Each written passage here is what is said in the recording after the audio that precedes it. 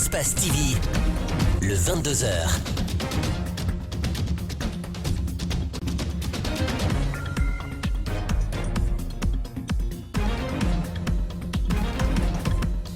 Vous faites bien, mesdames et messieurs, de nous choisir pour vous informer. Vous suivez le 22h, dont voici les principales articulations. L'investiture du professeur Alpha Condé, c'est pour ce mardi. Il doit prêter serment pour un nouveau mandat à la tête du pays. Le balai des chefs d'État et des délégations ministérielles afflue à Conakry déjà. Le compte rendu de tout cela, c'est dans un court instant. Et puis la route tue, ou plutôt la vitesse et l'imprudence tuent. 4 personnes ont péri ce lundi dans une collision entre un pick-up et 2 motos à Dubreka. Vous suivrez donc cet élément dans cette édition d'information. Notre angle de ce soir s'invite chez ces femmes citadines qui pratiquent la culture vivrière en haute banlieue. Elles allient l'utile à l'agréable au milieu du vrombissement des moteurs de la capitale guinéenne. Elles font pousser des aliments. Nous allons le suivre avec Mamadou Saliba. Voilà pour le décor. Encore une fois, bienvenue à toutes et à tous. Les chefs d'État et les délégations ministérielles ont commencé à rallier Conakry, la capitale. L'investiture du professeur Alpha Condé, c'est pour ce mardi au palais Mohamed V. Le chef d'État doit prêter serment pour un 3e mandat à la tête du pays. Les chefs d'État du Congo, du Tchad, des Comores, de la Mauritanie, du Ghana, du Togo, du Burkina Faso sont déjà arrivés. Suivez quelques moments forts de cette délégation avec Mohamed Valek Touré, Abakar Kekebangoura.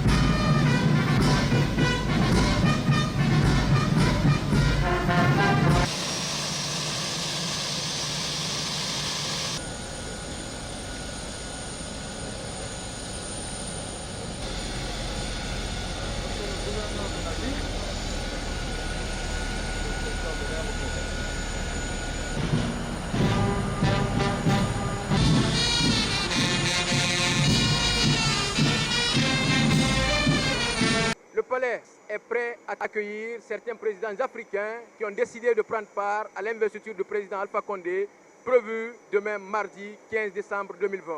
Il est 19h, nous sommes à l'aéroport international Conakry-Bessia pour l'accueil de ces présidents africains qui doivent prendre part à l'investiture. Déclaré élu pour un premier mandat de la 4e République, Alpha Condé est prêt demain à prêter serment devant nombreux chefs d'État africains. C'était donc à l'instant même Mohamed Valek Touré. Vous suivrez donc le développement de cette actualité demain dans nos différentes éditions d'information. Pendant ce temps, ça grognait ce lundi dans les rues de Ratoma contre la gouvernance actuelle. Cette marche des femmes interdite pourtant par les autorités communales a eu lieu. Elle a été marquée par des slogans hostiles au régime de Conakry. Sur les pancartes, on pouvait lire « Justice pour les victimes des violences et des détenus politiques ». Justin Leno, El Hadj Aliouba. Elles scandent des slogans hostiles au régime du président Alpha Condé. Les femmes de Ratoma réclament justice pour les humiliations dont elles font l'objet, mais aussi pour la libération des détenus politiques. Nous, femmes de Ratoma, nous sommes donatrices de vie. Nous sommes mères, nous sommes maris, nous sommes tout pour eux. L'arrestation arbitraire, le viol des femmes, le versement des marmites dans les quartiers, on est fatigué. Cette manifestation de colère a connu un changement d'itinéraire selon le maire de Ratoma, qui n'a fait qu'obéir aux ordres du président selon ses femmes. Néanmoins, la marche continue dans tous les quartiers de Ratoma pour les victimes comme Baldé Bimbako, tué le 21 octobre à Somphonia. Ils peuvent manifester. Avant-hier, ils ont fait une violation de domicile chez la cellule de Diallo. Ils n'ont pas été empêchés, ils n'ont pas été suivis, ils sont venus. Ils demandent la paix. Mais la paix, c'est quoi? c'est la vérité, c'est la justice, la tranquillité. Arrestation non conventionnelle, détention arbitraire, ces femmes se disent fatiguées de tout. Elles acceptent néanmoins de donner une chance à la justice guinéenne. Si rien n'est fait, elles n'hésiteront pas à saisir la communauté internationale. Ce qu'on réclame, c'est la liberté dans la commune de Ratoma. La commune de Ratoma est une partie intégrante de la République de Guinée. Donc on ne peut pas accepter qu'on dise que cette commune doit être militarisée. Au moment où nous quittions le carrefour Lambagny, point de départ choisi malgré elle, aucun mouvement de violence n'avait été remarqué. Les slogans hostiles continuent à être scandés.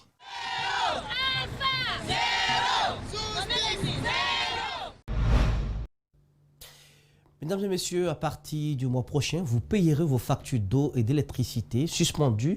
Vous vous souvenez, dans le cadre du programme de riposte économique contre la Covid-19, eh bien, comme annoncé, le gouvernement relance donc le paiement des factures d'eau et d'électricité sur l'ensemble du territoire national. Et cela a fait réagir le président de l'Union pour la défense des consommateurs qui demande à l'État de baisser sensiblement les tarifs. Djeneb Bemba Koulibaly Abaka Kekebangoura.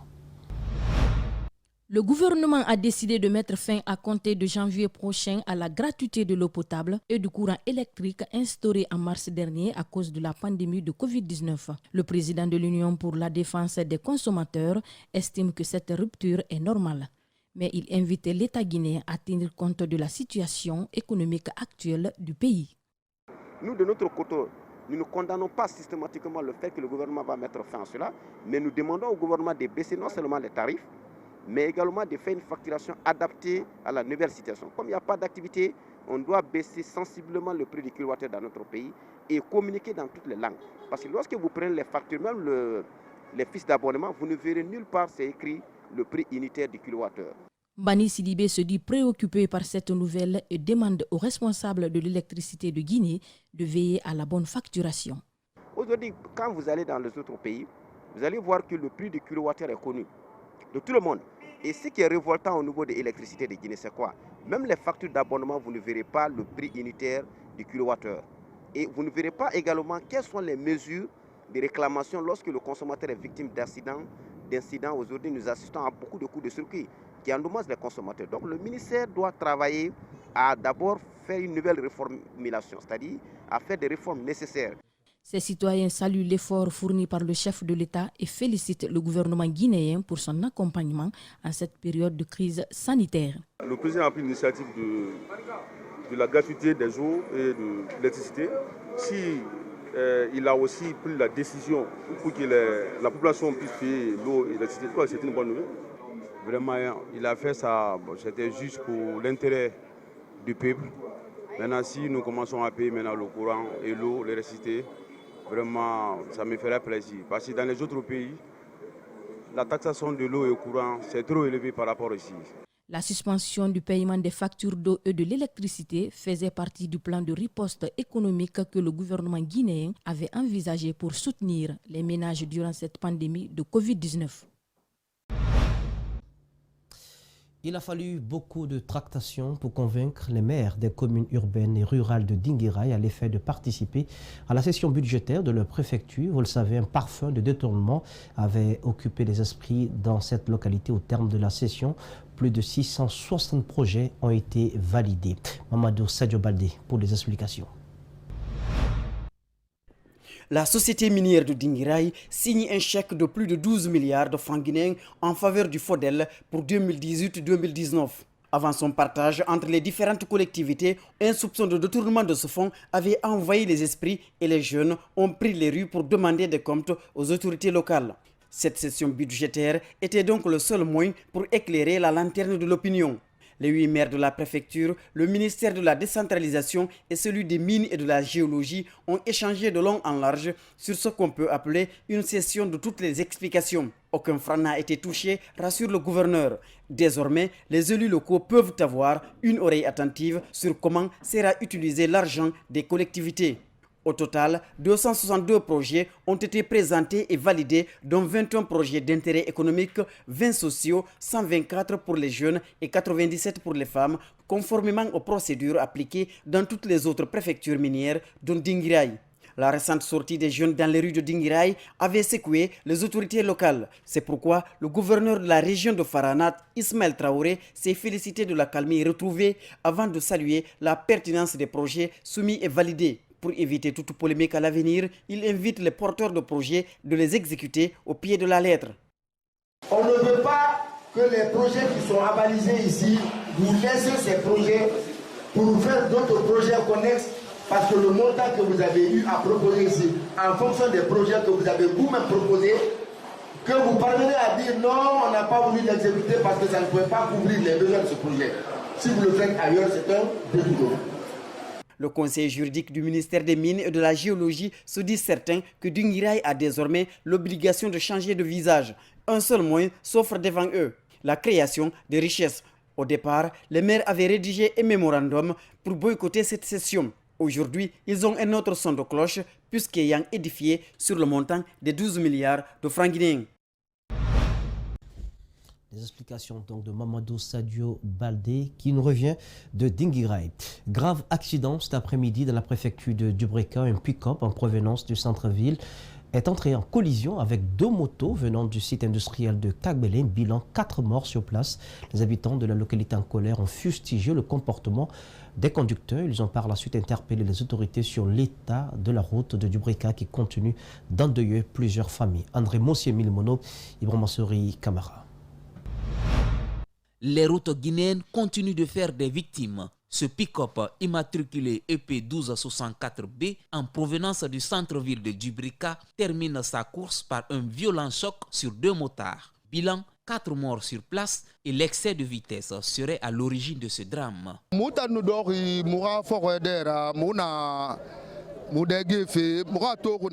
étions en train de manger devant notre maison quand nous avons vu ce véhicule venir en vitesse puis rentrer en collision avec ses motos. Le conducteur du véhicule voulait dépasser un camion qui était devant lui. Malheureusement, il a accidenté mortellement les motards.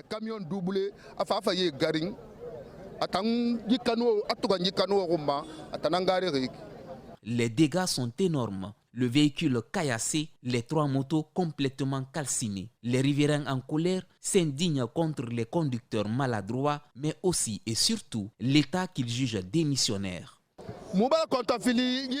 La situation de cette route nous inquiète beaucoup. Non seulement elle est très restreinte, mais les conducteurs aussi sont indisciplinés. Ils laissent leur ligne pour s'aventurer sur une autre voie. Tout conducteur qui tuera sur cette route, on souhaite qu'il soit jugé et condamné à la mesure de sa forfaiture. Le conducteur du véhicule a échappé de belle au lynchage des populations remontées. Il est rapidement conduit à la brigade de la gendarmerie de Dubreka. Que le gouvernement prenne des dispositions pour cette route.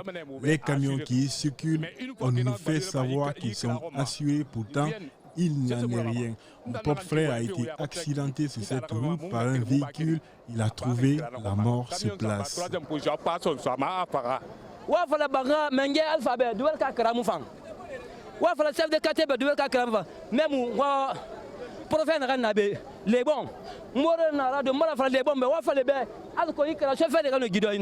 Les corps ont été transportés par un pick-up de la CEMIS réquisitionné à l'urgence. La route de Dubreka est à ce jour l'une des plus meurtrières du pays, selon les riverains.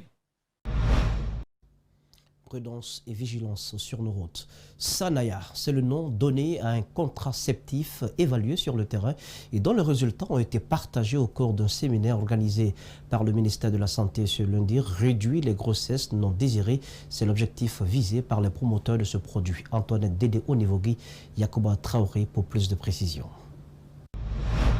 Le constat est encore alarmant quant à la planification familiale. Malgré les efforts consentis par le gouvernement et ses partenaires. C'est pour inverser la tendance que la Guinée, comme tous les autres pays du partenariat de Ouagadougou, a fait le choix d'introduire et mettre à l'échelle nationale une nouvelle méthode de contraception appelée DMPASC et commercialisée sous le nom de Sanaya Press. Le projet DMPASC est mis en œuvre depuis 9 mois dans la ville de Conakry en partenariat avec le ministère de la Santé et certaines structures privées a permis d'avoir des résultats positifs dans plusieurs domaines en faveur de l'amélioration de la prévalence contraceptive en Guinée. C'est donc à cet effet qu'un atelier de partage de résultats a été organisé pour mieux restituer les résultats des enquêtes du terrain. La directrice du projet est aussi revenue sur les bienfaits de la planification familiale. Au regard des résultats que nous avons présentés ici aujourd'hui, je peux confirmer que le DMPASC et l'auto-injection du DMPASC c'est faisable et nous encourageons la population à utiliser nous ne faisons pas la promotion d'une seule méthode de planification familiale, mais à utiliser toutes les méthodes de planification familiale de leur choix. Ce dispositif auto-injectable semble être bien accueilli dans les différentes structures sanitaires selon les formateurs. Injection, c'est-à-dire les cas où les femmes même acceptent de se piquer, ça ne fait que grimper. Donc ça veut dire que l'information, non seulement ça passe de bouche à oreille, mais à travers des causeries éducatives que nous organisons dans les points d'affluence. Avec les restitutions, et nous comptons réellement continuer à faire la sensibilisation, surtout avec la réouverture des classes. Nous comptons passer dans les écoles de formation initiale en santé, notamment des filières sages-femmes, pour expliquer aux femmes qu'il existe des méthodes et que le coût est moins. Donc, à partir de cette sensibilisation, les femmes, le taux pourra augmenter. Le DMPASC est une injection sous-cutanée renouvelable chaque 3 mois. À date, 1394 femmes s'en ont déjà procuré et elle ne coûte que 2000 francs guinéens seulement. Un public reportage signé Antoine Dédé au niveau Yacouba Traoré. Parlons à présent de la force des mots et de la beauté de la langue française. La dédicace du livre Le Slammer de l'ombre de l'écrivain journaliste guinéen Abdoulaye Bademba Bari s'est effectuée lundi dernier à Conakry. Dans son contenu, l'auteur livre des secrets pour être un bon slammer. Il retrace aussi sa vie. Sa mission à lui consiste à inspirer la jeune génération. Justin Lenoir, Zena Bangoura, El Ajaliobar. Le Slammer de l'ombre est un livre composé de 109 pages. Son auteur Abdoulaye Bademba Bari, slammer et journaliste de profession, aborde à l'intérieur 9 habitudes pour devenir un slammer 2.0. L'objectif, selon l'auteur, consiste à inspirer les générations futures. Le Slammer de l'ombre, c'est un peu un résumé moi de ma vie, dans des textes de poésie. Et aussi, je me suis dit que si j'ai pu faire ceci, c'est important de pouvoir restituer ces techniques-là aux générations montantes. Donc j'ai développé à l'intérieur 9 habitudes pour devenir un slammer 2.0. Donc vous aurez 2 volets. Le premier volet, une série de textes qui relatent ma vie. Et le second volet, c'est les techniques pour devenir un slammer 2.0. Le Slammer de l'ombre est un travail de longue haleine démarré depuis 2009. Dans son œuvre, Abdoulaye Bademba Bari parle aussi de ses pensées, ses opinions, mais aussi des mots qui assaillent la société. L'objectif recherché, c'est de partager de la connaissance et de l'amour, c'est de partager des techniques qui vont aider des générations et des générations. Comme je l'ai dit, je considère cette œuvre comme la Bible du poète moderne africain. Cette œuvre est une grande réussite et inspiration selon ceux qui l'ont déjà parcouru. Une réussite possible grâce à sa maison d'édition Innov Édition Guinée. C'est une certaine manière pour nous de faire une promotion de la couche juvénile, de la jeunesse en quelque sorte, pour que le livre puisse avoir une nouvelle façon. Le livre Le Slammer de l'ombre est déjà disponible en librairie et coûte 100 000 francs guinéens l'unité. Le Slammer de l'ombre a dégusté sa modération. La structure Guinée Events a organisé dimanche dernier sa 3e édition de la journée des orphelins. Une vingtaine d'orphelinats de Conakry et de l'intérieur du pays ont été donc accompagnés en dons matériels par les initiateurs. L'objectif pour les responsables de cette structure est de soutenir ces enfants qui ont perdu tout dans leur vie. Justin Leno, El Ajalioba.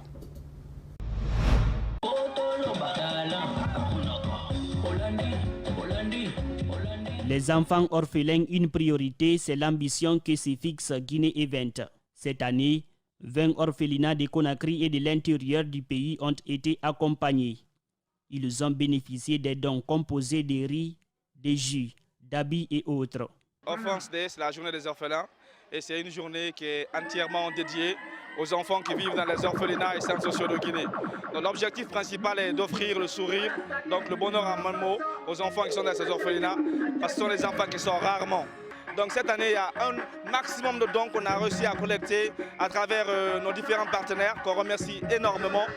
L'initiative est soutenue par certains responsables du gouvernement, comme le ministre du Commerce, dont sa représentante n'a pas manqué d'apporter, elle aussi, des cadeaux aux enfants orphelins. C'est vraiment un sentiment de joie et d'émotion qui nous pousse à venir œuvrer pour la cause des enfants. Vu que ces orphelins, ils n'ont ni père ni mère, faire un don à ces enfants, c'est comme si on faisait un don à Dieu. Le premier responsable de la coordination des orphelinats de Guinée et ses orphelins se réjouissent. Ils plaident pour leur cause et souhaitent la continuité de telles actions. Nos sentiments sont les sentiments de joie, de bonheur, parce que vous créez le bonheur pour nos enfants. Ça ne peut qu'inspirer en nous la joie. Ils ont fait cette organisation pour nous les orphelins. Ils peuvent nous aider aussi. Ils nous apportent du secours. Chaque année, la journée des enfants orphelins est organisée dans le monde. La structure Guinée Event est à sa 3e édition. Vista Bank vient de mettre à la disposition de sa clientèle une nouvelle agence. Elle est située au rond-point de Sanoya dans la préfecture de Koya. Cette initiative s'inscrit dans le cadre de l'élargissement des activités de cette banque pour plus de proximité avec la population. Bernard Kondono, Mohamed Alucène Camara pour ce public reportage. Le rez-de-chaussée de cet immeuble situé à quelques mètres du rond-point de Sanoya abrite désormais l'agence Vista Bank de Sanoya. Cette présente cérémonie consiste à l'inaugurer et à la présenter aux différentes autorités de la préfecture de Koya et les responsables des différentes entreprises installées dans la localité. L'initiative s'inscrit dans la nouvelle dynamique de l'entreprise qui consiste à se rapprocher de la population. Vista Bank a une stratégie qui s'inscrit dans le cadre de la bancarisation du pays. Et donc dans nos stratégies, nous avons deux types de stratégies. Une stratégie extensive et une stratégie intensive. Et la stratégie extensive, c'est ça qui concerne à élargir notre spectre. Et donc on doit s'installer dans toutes les agglomérations où nous avons qu'il y a du potentiel et que les besoins des populations ne sont pas desservis. Le préfet de Koya, qui devrait présider la cérémonie, s'est fait représenter par son secrétaire général. Au nom des populations de la préfecture, il salue et encourage l'initiative qui consiste à améliorer les conditions de vie de ses habitants. Je peux dire, sans risque de me tromper, que votre implantation ici, qui répond à de longues attentes, va soulager les opérateurs économiques. J'espère que vous continuerez dans cette lancée en vue de contribuer au développement du tissu économique de la préfecture de Koya. La nouvelle agence Vista Bank de Sanoya, qui est mise à la disposition des populations ce lundi, est dirigée pour la première fois par une femme. Fatou Ndeye et son équipe ne manquent pas de stratégie pour faire face à la concurrence dans la zone. On va partir vers la population de Sanoya et aller même aux profondeurs, aller vers, Forcaria, faire le porte-à-porte, demander le besoin des clients en fonction des produits de notre banque et par la suite, on pourra satisfaire les clients. Cette nouvelle agence vient compléter à 17 le nombre d'agences Vista Bank en République de Guinée. Sport à présent avec la Fédération guinéenne de basketball version Amadou Tafsir Camara qui a lancé le championnat national de basketball. 15 clubs masculins et 9 clubs féminins vont s'affronter sur le terrain de l'université Gamal Abdel Nasser et celui de l'école Koumandia Keita. L'objectif de cette compétition est de permettre aux athlètes de se remettre en activité après une longue trêve due à la crise sanitaire du coronavirus. Paul Fatia Tonkara, Abdoulaye. Une fédération à deux présidents, Sakoba Keita reconnu par les autorités sportives du pays et Amadou Tafsir Camara qui accuse son rival d'avoir brigué un troisième mandat illégal. Pendant ce temps, l'équipe U18 de basketball préparée par Sakoba Keita est rentrée de l'Égypte. Amadou Tafsir Camara et son bureau exécutif lancent ses activités dans le strict respect des règles sanitaires. C'est relancer le championnat et surtout à l'intérieur, parce que les équipes de l'intérieur n'ont pas beaucoup participé au championnat. Et cette fois-ci, les amener, parce que si vous avez remarqué, il y a l'équipe de Mamou aussi qui est déjà là et qui joue. Donc on a une équipe à l'intérieur, dans chaque région naturelle. Donc ramener ces équipes-là à jouer et redynamiser le basket et faire de telle sorte que tous les jeunes jouent, et c'est le meilleur moyen pour développer le basket. Il faut qu'ils pratiquent, il faut qu'ils jouent. Et surtout avec le Covid, ça fait longtemps qu'ils n'ont pas joué. Et là maintenant, ils sont heureux d'être là, ils sont heureux de participer. Et vraiment, nous mettons l'accent sur ça. Le basketball est miné par un bicéphalisme qui divise même le cabinet ministériel, d'où la nécessité de l'arbitrage de la FIBA. En attendant, chacun des deux camps déroule ses activités. L'équipe U17 version Sakoba Keita a participé à la Coupe du Monde Sky Challenge à l'Afro-Basket U18. Pour le camp d'Amadou Tafsir Camara, c'est un ancien programme que son rival déroule. Je ne reconnais qu'une seule fédération et c'est la nôtre. Et là, en ce moment, je ne veux pas rentrer dans ces détails. On est concentré sur notre championnat et on veut que ça se passe très bien. Ce n'est pas le moment de parler de ça. Merci. Empêché de tenir ses activités au Palais des Sports, le bureau exécutif dirigé par Amadou Tafsir Camara se rabat sur l'université Gamal Abdel Nasser de Conakry et l'école Kakatoa pour tenir son championnat.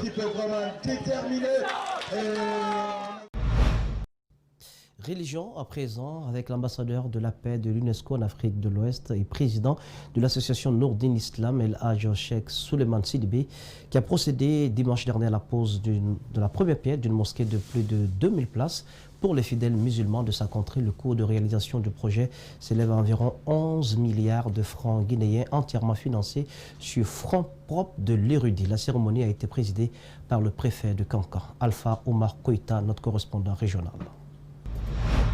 Propager les vertus de l'islam à travers le monde, c'est la mission régalienne que se fixe depuis quelques années l'érudit de Kankan et la Cheikh Souleymane Sidibé. Pour rendre l'utile à l'agréable, il a procédé ce dimanche à la pose de la première pierre d'une mosquée de 2000 places dans l'enceinte de la base ville de l'association Nourdine Islam sise au quartier Missiran, dans la commune urbaine de Kankan.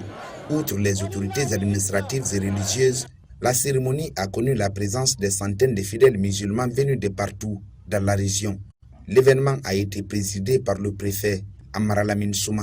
Kankan, c'est à 99% de la religion musulmane. Et si l'érudit a pensé à ça, vous avez vu la maquette. C'est une mosquée majestueuse qui va faire la fierté de Kankan. Donc franchement, nous remercions les donateurs, on le félicite, on l'encourage à ce que cela soit terminé. La construction de cette mosquée vient s'ajouter à de nombreuses autres réalisations faites par l'ambassadeur de la paix de l'UNESCO en Afrique de l'Ouest dans la ville, aux grandes dames de la population de Nabaya. Le lycée Alfaya et Samori étaient calcinés à un moment donné. Je ne vais pas rentrer les causes qui ont entraîné cela. Mais il a investi près de 2 milliards dans ça pour la rénovation de ces deux lycées. Encore, centre de santé de Salamani. Ça a été fait par un coup de circuit. Il a investi des millions et des millions pour mettre ça à la déploiement de la production. Aujourd'hui encore, il a pris l'initiative de réaliser une telle mosquée, une mosquée de telle envergure pour la personne Kankan. Il faudrait qu'on lui remercie pour ce genre d'actes, que ces actes-là se multiplient à Kankan. Confié à un entrepreneur malien, ce projet entièrement financé sur fonds propres du président de Nourdine Islam a une durée d'exécution de 18 mois, soit 1 an, 6 mois. C'est la construction d'une mosquée d'une superficie de 900 mètres carrés. C'est à peu près 2300 places. Le coût du projet, c'est autour de 11 milliards francs guinéens. La cérémonie a pris fin par des prières et bénédictions dites par l'érudit El Hadj Cheikh Souleymane Sidibé en faveur de la paix et de la quiétude sociale en Guinée.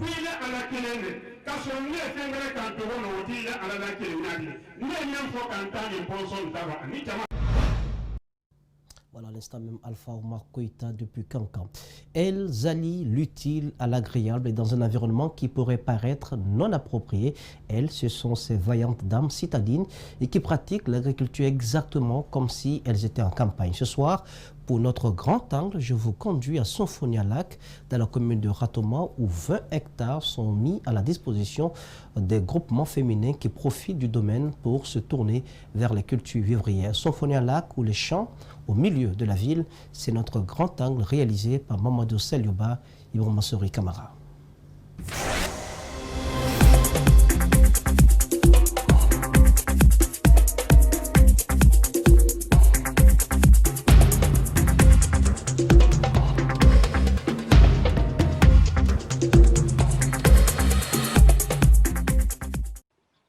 À première vue, on se croirait à des centaines de kilomètres de Conakry, dans un petit village perdu au milieu de nulle part. Mais ces épinards, ces maniocs et ces patates sont cultivés non pas dans une sous-préfecture, mais dans la capitale, à Sonfonia, dans la commune de Ratoma. Ici, on plonge dans un monde rural où presque tout pousse sous l'œil vigilant de Karim Bangoura, ingénieur agronome. Tout ce que vous connaissez comme légumes est cultivé ici. Gombo, piment, radis, tout ce que vous connaissez comme légumes, je dis bien, comme légumes, nous avons la capacité de les traduire dans la technique. L'espace, exploité depuis 2014, s'étend sur 20 hectares, partagés entre 26 groupements féminins des 5 communes de Conakry. Karim Bangoura, envoyé par le ministère de l'Agriculture, assiste les quelques 600 personnes qui se relaient dans cet espace. Quand les unes arrivent du marché, les autres se reposent dans un décor complètement déconnecté. De 14h à 15h, il faut un repos. C'est ce moment que vont préparer quelques boutures d'épinards, de patates, pour partir repiquer dès la reprise dans leur parcelle. Ici, il y a toujours quelque chose à faire, quelque chose à montrer. Oui, c'est une pépinière de piment, puisque nous faisons beaucoup de choses ici. Nous faisons le piment, l'aubergine, tout ce qui est condiment de première nécessité de la cuisine, on le fait ici. Ça, c'est le piment, il y a l'aubergine ailleurs, il y a aussi la tomate ailleurs, mais précisément ici, c'est le piment que j'ai mis. Aïssata Kamara est fonctionnaire. Convaincue que la terre ne trahit jamais, elle vient ici quand elle le peut remuer la terre, ce qu'elle a d'ailleurs toujours connu. Je suis une personne qui a commencé avec le premier régime, c'est-à-dire le régime de Sékou Touré. L'agriculture était obligatoire dans toutes les écoles. Et dans toutes les écoles. Et depuis ce temps-là, je le pratique. À l'école, on avait le jardin potager.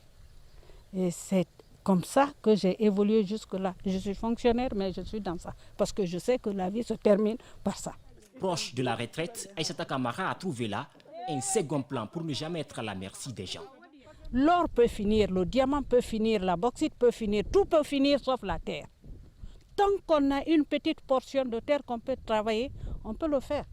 La retraite, on peut le préparer dans la culture. Tu travailles, tu as la retraite, si tu ne peux plus avoir le salaire dans ton département ou l'argent de ta retraite ne peut pas couvrir le besoin, tu peux venir prendre la route, travailler et faire manger ta famille. La détermination, la passion pour la terre. Entre pépinière et champs de manioc, nous avançons vers les champs de riz. Ici, au maraîchage, les femmes ont ajouté la culture vivrière et le résultat est probant, symbolisé par ces potes de riz. J'ai commencé à arracher ça. J'ai travaillé ici à Sonfonia, plein de Sonfonia. Et là, c'est la première récolte? C'est la première récolte. J'ai commencé à récolter. Il y a du champ de riz devant. C'est hier que les enfants sont en train de arracher. Des champs de riz en plein centre-ville. Ici, les groupements féminins veulent révolutionner le secteur agricole. Et pour les aider à atteindre leur objectif, une ONG belge a installé un centre à proximité des champs où on forme des jeunes à la fabrication d'engrais organiques. Ça, c'est les déchets triés qui sont composés. Il y a même dégagement de la vapeur. Donc, quand on composte comme ça, on les superpose de façon à ce que ça soit composté. La matière organique se décompose. L'utilisation de ces engrais organiques a une grande importance pour les maraîchers, pour le sol et le sous-sol.